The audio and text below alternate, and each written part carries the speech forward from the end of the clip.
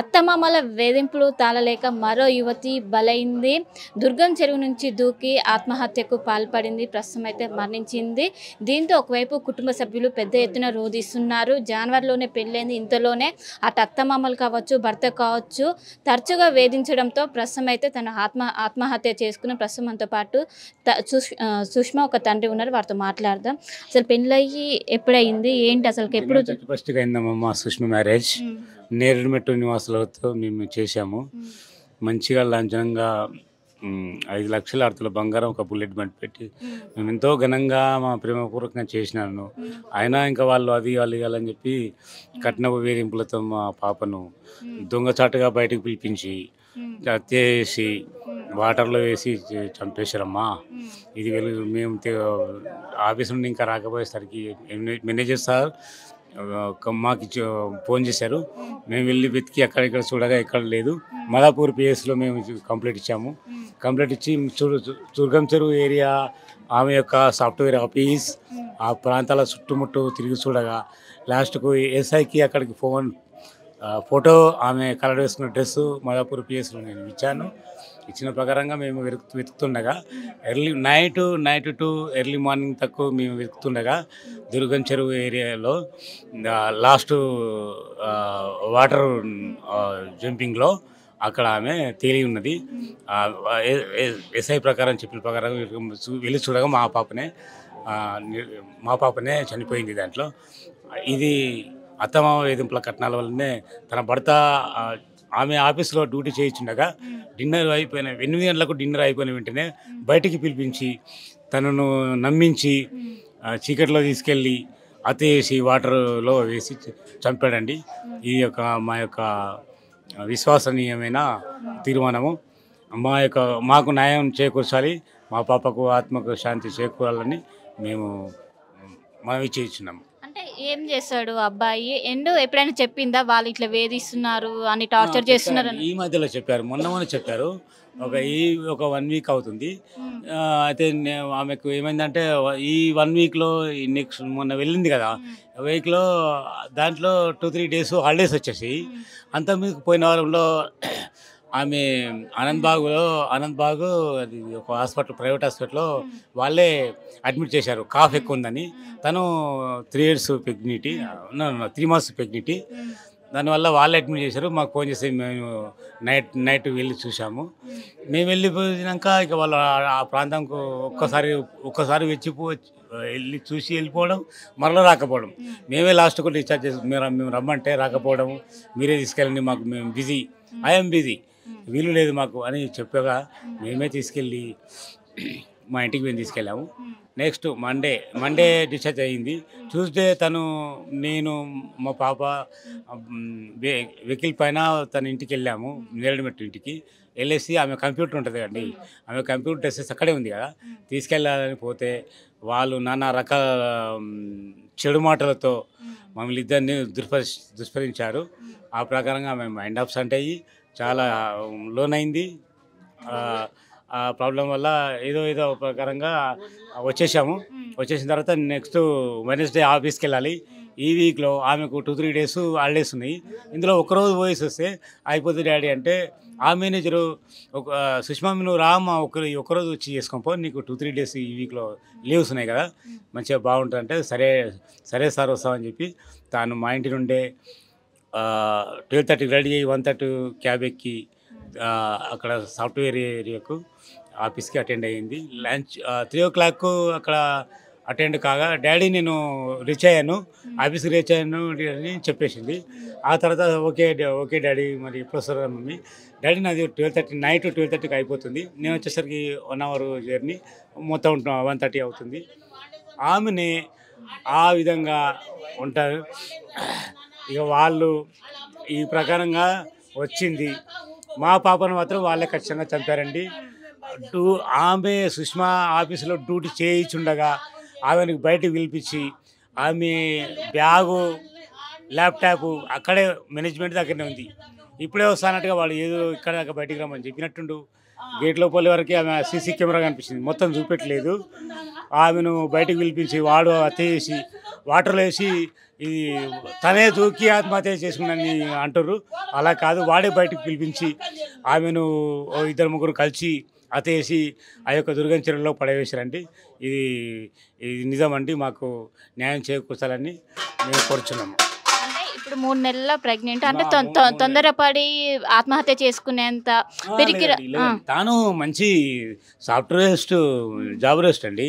ఆమెకే 50,000 1 మంత్కి వస్తుంది. ఆమె ఎందుకు అలా చేస్తుంది? మంచి ప్రేయరాలు చేసుకోవాల్సిలో ప్రేయర్స్ చేస్తామే ఒక 20 మందికి 30 మందికి ప్రేయర్స్ చేసుకుంటూ మంచి జాబ్ చేసుకుంటూ పోషించుకు తిరగటామే. ఆమె అలా చేసుకోదు. అందరూ వాళ్ళు ఫ్రెండ్స్ అంతా మా సుష్మ ఇప్పుడే 8 o'clock లంచ్ చేసింది, ఇప్పుడే వెళ్ళింది, అట్లా అవుతుంది అని చెప్పి వాళ్ళంతా సెక్యూరిటీ మొత్తం పెట్టి 4 బిల్డింగ్లు అంతా వెతికి చూడగా ఎక్కడ కనిపించగా ఈమె యొక్క దేహము ఆ దుర్గం చెరువులో పడి ఉన్నది. వాళ్ళు చేసిన విషయం ఇది. అంటే దుర్గం చెరువులో పడి దొరికింది అన్న తర్వాత వాళ్ళ అత్త వాళ్ళు కూడా ఏమైనా కాంటాక్ట్లోకి వచ్చారా? వాళ్ళు ఏంటి మేము 2 o'clock మా అన్నయ్య కొడుకు మేము చెప్పాము, ఫోన్ చేయరంటే బాబా మరి చెల్లె కనిపిస్తలేదని వార్తలు వస్తున్నాయి, మీకు మొక్కవలసి వస్తుంది, మీకేమైనా తెలిసిందా? మొన్న వచ్చిర్రు, నాకు తెలియదు, మొన్న వచ్చి ల్యాప్టాప్ బ్యాగ్ తీసుకొచ్చారు, నాకు ఇంకేం తెలియదు అని చెప్పాడు. అంతేనండి. ఆ చెప్పిన ప్రకారం 2 గంటలకు వచ్చాడు, 1 గంటకు 2 గంటలకు వచ్చాడు తన తల్లిని తీసుకొని. కరెక్ట్గా మాతో ఒక మాట కూడా మాట్లాడలే. మరి అక్కడ సుష్మా దేహం వాటర్లో పడి ఉండగా కళ్ళు కూడా తొంగి చూడలేదు. దూరంగా ఉండి గమనించుకుంటూ దూరంగా వెళ్ళిపోయి పిఎస్లో ఉండిపోయిందండి. అంతేనండి. తను చేయకపోతే ఎందుకు తప్పు? ఏమో నా కోడలు నా భార్య అని వాడు ఇలా అయిపోయిందని ఉండాలి కదా. టార్చర్ ఉండదా? భర్తది కూడా ఉండదు. ఫ్యామిలీ మొత్తం అండి, వాళ్ళు మొత్తం 2 అన్నములు, మామ అత్త, ఇంకొకటి వాళ్ళ పొరని వాళ్ళ మేనమామ, వీళ్ళు 4-5 కలిసి చేశారండి. ఇలా కుట్ర, ఇంకేమైనా వేధింపేసి ఇంకేమైనా డబ్బులు వస్తాయో ఇది ఇట్లా అదట్లా అని వాళ్ళు కట్నపు వేధింపుల చర్యల వల్లనే మా పాప చనిపోయిందండి. వాళ్ళే చంపేశారండి. ఇది యొక్క నిజం ఇది. అంతేనండి. అంటే ఇప్పుడు ఎలాంటి న్యాయం కావాలి? ఎందుకంటే చాలా మంది కూడా అత్తమామల వేధింపులకు చాలా మంది కూడా బలవుతున్నారు. అందులో మీ కూతురు ఉన్నది. ఇటువంటి వాళ్ళకి ఊరు శిక్ష వేయాలండి. ఇది 1 year 2 years చేసేది ఏం పనికి రాదు. ఈ సుష్మా చట్టంనైనా మన భారతదేశంలో అనేక చట్టాలు వెలుగులోకి రావాలి. సుష్మా విషయంతో అయినా ఇలాంటి వాళ్లకు ఖచ్చితంగా ఊరు శిక్ష విధించాలని నేను కోరుచున్నానండి. ఇది ఎప్పుడు మాట్లాడారు మీ పాప మీతో? చివరిగా అదే అండి, నేను చెప్పాను కదా ఆఫీస్కి వెళ్ళింది. ఇది వెనస్డే రోజు, మొన్న వెనస్డే. ఆ రోజు 3 o'clock నాకు ఫోన్ చేసింది, డాడీ నేను రీచ్ అయ్యాను అంటే. ఓకే మా అన్న చెప్పాను. అదే లాస్ట్ అండి. వాళ్ళ మమ్మీతోటి 5:36కు ఈవినింగ్లో వాళ్ళ మమ్మీతో మాట్లాడు. ఏమమ్మా ఆ మమ్మీ నేను అదే కంప్యూటర్ జాబ్లో ఉంటారు, నేను నేను చాలా బిజీ ఉన్నాను మమ్మీ, నేను తర్వాత చేస్తాను అని చెప్పేసింది. ఇక అదే విషయం డల్గా బాగుందండి. తను నమ్మించి బయటికి పిలిపించి ఇంకో 2 సాయంతో ఆమె చాలా దృఢంగా బలంగా ఉంటుందండి. చూశారు కదా మీరు. వేరే వాళ్ళతో కలిపి తీసుకుపోయి తను బయటికి పిలిపించి అతేసి ఆ యొక్క దుర్గం చెరువులో వేశారు. ఇది ఒక మా యొక్క ముఖ్యమైన విషయం. అది స్థానికులు ఉన్నారు, వారితో మాట్లాడదాం. సుష్మా మీ కళ్ళ ముందే పెరిగింది, పెళ్ళైంది, జనవరిలో పెళ్ళైంది. వాళ్ళ నాన్న కూడా మా కళ్ళ ముందట పెరిగిండు. హాస్టల్లో చదువుకొని కూడా ఏపిస్తే హాస్టల్లో చదువుకున్నాడు వాళ్ళ నాన్న. ఆ పిల్ల కాడికి వెళ్ళి ఎవరితో ఒక మాట అనలేదు. ఆ పిల్ల మంచిగా ఉంటుండే. అట్లాంటిది మంచి అల్లుడు దొరికిండని చెప్తే మేము సంతోషం పడ్డాం. బిడ్డ ఇట్లా అవుతుందని మేము అనుకోలేదు. కానీ ఆ పిల్ల నన్నాలంగా 20 లక్షలు పెట్టి పెళ్లి చేసి 5 లక్షలు చేతికిచ్చి 6 తులాలు బంగారం పెట్టి బడి బసలు కొని అన్ని పెళ్లి చేస్తే 2 లక్షలు అయినాయి బిడ్డ. దాంట్లోనూ పెళ్లి చేస్తేనే 2 లక్షలు అయినాయి. అట్లా చేసి ఇచ్చిన వాళ్ళకి మేము ఏం తక్కువ చేసినా కావాలంటే అడుగు, మేము పెడతాం. సప్పో చేసి మా ప్రాణం పోయినా మేము ఇస్తాం. కానీ ఇట్లా చేసుడు తప్పు నాన్న. అత్తను మొగుడు గెట్ అవుట్ అంటే మీ హస్బెండ్ వాళ్ళకి ఏమనిపిస్తుంది బిడ్డ? మీరు వయసు పిల్లలే, వాడికి లేరు అక్క చెల్లెళ్ళు, వాళ్ళకట్నే ఇచ్చేస్తుండ. వాడు అది వాళ్ళ అమ్మ వాడు మరిది మామ ఈ పిల్లని హింసిస్తుంటే ఎవరు చదువుకున్న పిల్ల చిన్నప్పటి నుంచి పెద్ద పెరిగేదాకా ఇక్కడ ఉన్నదో లేదో ఈ బస్తీలో పిల్ల అంత చదువుకుని చేపి ఉద్యోగం అయితే అమ్మమ్మ పట్టానని చీటి పంచితే ఎంతో సంబరపడ్డాం మేము. అట్లాంటి పిల్లని ఇట్లా చేసుడు తప్ప న్యాయం అమ్మ? చెప్పండి, మీరే న్యాయం చేయండి. మా తప్పు ఉంటే అమ్మ ఈ తప్పు ఉన్నదని మమ్మల్ని అనండి, మేము పడతాం. కానీ మాకు తప్పు లేదు. వాళ్ళకు ఉరిసి చేసేదాకా ఊకోము బిడ్డ, ఉరిసి చేయాలి. అట్లాంటి మళ్ళా రెండో వాడికి జ్ఞాపకం ఉండాలి.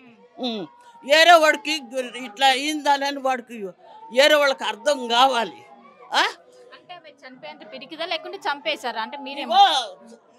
ఉద్యోగానికి కానీ పోయింది బిడ్డ, ఇంత తిప్పిని కట్టుకుని. ఎన్ని గంటలకు తింటారో 3 గంటలకో 2 గంటలకు తింటారు. తిన్నదంట, తిని ఇంత ఫోన్ చేయవచ్చు, బయటకు వచ్చిందంట. బ్యాగును ఆ టిఫిన్ తిన్నది కూడా ఆఫీసులోనే ఉంది. ఈ ఫోన్ పట్టుకుని బయటకు వచ్చింది. ఎవరో ఫోన్ చేయొచ్చు, బయటకు వచ్చింది. ఆ మూల తిరిగే వరకు అమ్మాయి కనపడలేదు. ఇక మరి అది చంపిందంటామా, ఆ పిల్ల పోయి పడిందంటామా? చెప్పండి అమ్మ, మీకు కూడా న్యాయమే ఉండొచ్చు. ఆ పిల్ల మూల తిరగంగానే కనపడలేదు. తర్వాత పోస్ట్ మార్టంకి పోతే చేతులు తెల్ల పిల్ల కదా, ఈ చేతులు అన్నీ నల్లగా అయినాయి. అడ్డు బిడ్డ ఏ పట్టో వాళ్ళు పట్టుకుని పిసికి అందులో వేసిండ్రేమో. మాకు అదే అనుమానం వస్తుంది బిడ్డ, వాళ్ళ మీద అనుమానం వస్తుంది. ఇక రెండో వాళ్ళ మీద మాకు లేదు. ఆ పిల్ల అట్లా చేయలేదు. ఖతర్నాక్ వాళ్ళు చేయబట్టి పిల్ల జీతం తీసుకొచ్చి అత్త చేతిలో పెడుతుంది అంటమ్మా. ఏం చేసినా బుజ్జాలంటే మా అత్తమ్మకి ఇచ్చిన అమ్మమ్మ అని అన్నది. అంటే ఏంది మరి మీ ఆయనకి లేదు, ఇంక మీ మామకి లేదు, మీ అత్త అంటే అమ్మో మా అత్త మంచిది కాదు అని అన్నది. ఇక అంటలో మేము ఆడికే సుధరాంచుకున్నాం. ఇక ఏం చేయాలి బిడ్డ, మీరే చెప్పండి. ఇక ఎట్లా చేస్తారో చేయండి, మీరు న్యాయం చేయండి. వాళ్ళకైతే ఉరిశించబడాలి దాన్ని. మళ్ళీ ఏరో వడుకు ఇట్లా పడిందని జ్ఞాపకం రావాలి. చెప్పు అమ్మా. ఆ భర్త మంచిగా చూస్తే ఇట్లా బట్టలు తెచ్చుకుంటాను, ఉద్యోగానికి పోతాను, తల్లిగారి ఇంటికాడికి వెళ్ళి తండ్రిని వెంట పెట్టుకుని పోతే ఆయన ఏదో ఇది కొడుతుండంట. ఆ రూమ్లో పోతే ఇందుకు వచ్చినా గెట్ అవుట్, నాడు ఇంట్లో ఉండొద్దు అని పిల్లని బెదిరిస్తాడు. అమ్మా ఇట నూకేసి ఒక దెబ్బ కూడా కొట్టిండంట. గెట్ అవుట్ ఏందో ఇంగ్లీషులు అంటారు కదమ్మా, ఆ మాటలు అనుకుంటా పిల్లని బయటకు నూకేసిండ్రంట. తండ్రిని అడిగితే పోనీ నాన్న పద పోదామని తండ్రిని తీసుకుని మళ్ళీ వచ్చేసి ఇట్లానమ్మ బట్టలు తెచ్చుకుంటానని, బట్టలున్న అదేందో కంప్యూటరో అదేందో ఉంటుంది కదా, అది తెచ్చుకుంటానని పోయింది ఇంటికి తండ్రిని తీసుకుని. పోతే నువ్వు అట్లా మొగుడువేనా చేసుకున్నాడు, పోనీ ఆ తల్లిదండ్రిని మంచోళ్ళు కాదు, నువ్వన్నా మంచిగా చూసుకోవాలి కదా.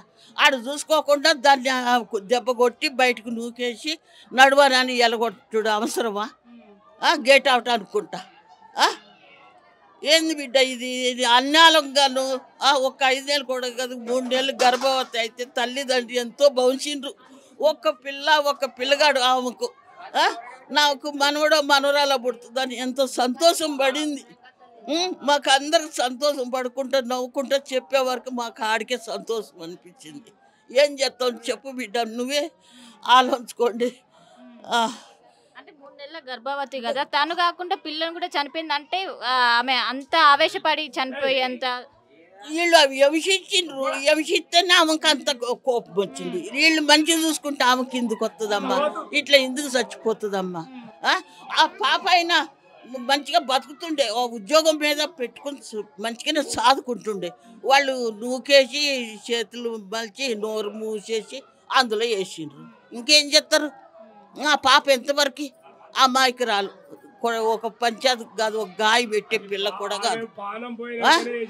ప్రాణం పోయినా సరేనని ఆ పిల్ల అట్లా చేసిండ్రు.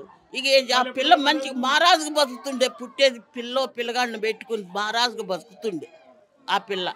మేమందరం కూడా సాయపడి మేము సంతోషంగా చేసుకుందాం. ఆ పిల్లకు పోయి ఎవరన్నా పుట్టినట్టయితే. అంటే చాలా మంది కూడా అత్తమామలు అదనపు కట్నం కోసం వేధిస్తున్నారు, ఇట్లా చాలా మంది కూడా చనిపోతున్నారు. ఎలాంటి శిక్ష పడితే ఇలాంటి తగ్గుతాయి? అద్ది బిడ్డ. కానీ వీళ్ళు కూడా ఆ పిల్లోడికి బాకీ లేదు, ఖాళీ 50,000 ఇవ్వాలి. 50,000 ఇస్తాను, జర కూలీలు పడితే జీతాలు, పిల్లల జీతం, తల్లి జీతం వస్తుంది కదా, ఇస్తా తీయనని అనుకొచ్చిండు. 50,000 బాకీ ఆయనకు. మొత్తం ఒక్క నయా పైసా ఇంకా ఊరిషిట్ చేయాలి. ఉరిశిక్ష వేయాలి, లేకపోతే జలం ఖైదేయాలి. ఉరిశిక్ష ఇయ్యాల రేపు లేదంటున్నారు, జలం బయటకు రాకుండా ఖైదేయాలి. వేయాలి. వాళ్ళు వేస్తేనే ఏరే వాళ్ళకి బుద్ధి వస్తుంది. ఏరే వాళ్ళకి బుద్ధి వస్తుంది బిడ్డ. అత్త మామలు కూడా సుధరాంచుకుంటారు, మొగుడు ఏరే పిల్లలు సుధరాంచుకుంటారు. ప్రస్తుతం సుష్మా అనే యువతి 3 నెలల గర్భావతి. ఏం ఒకవైపు క్షణికావేశంలో తను ఈ విధంగా చేయదు, కావాలని ఒకవైపు భర్తనే వచ్చి తనని చెరువులోకి నెట్టేశారంటూ ఒకవైపు అటు తండ్రి కావచ్చు, ఇక్కడ ఉన్నటువంటి స్థానికులు ఆరోపిస్తున్నారు. ఖచ్చితంగా ఇది అదనపు కట్నం కోసమే వేధింపులు. ఈ విధంగా ఇప్పటికే మా కూతురు పోయినది, ఈ విధంగా ఎవరు కూడా పోవద్దు, ఈ విధంగా పోవద్దు అంటే ఖచ్చితంగా ఇలాంటి వారికి ఉరిశిక్షణ వెయ్యాలంటూ కూడా ఒకవైపు వీళ్ళైతే ప్రస్తుతం డిమాండ్ చేస్తున్నారు. కెమెరా పర్సన్ గణేష్తో కలిసి శిల్ప, హైదరాబాద్.